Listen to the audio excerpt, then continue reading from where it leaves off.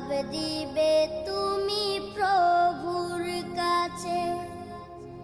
প্রভুর হুকুম মানো রে ভাই, থাকো তুমি যেথায়। সময় গেলে পাবে না ফিরে, মরণ তোমায় লইবে গিরে।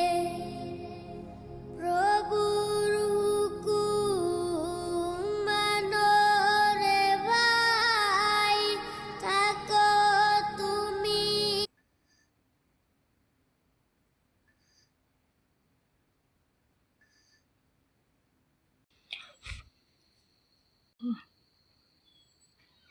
বলতে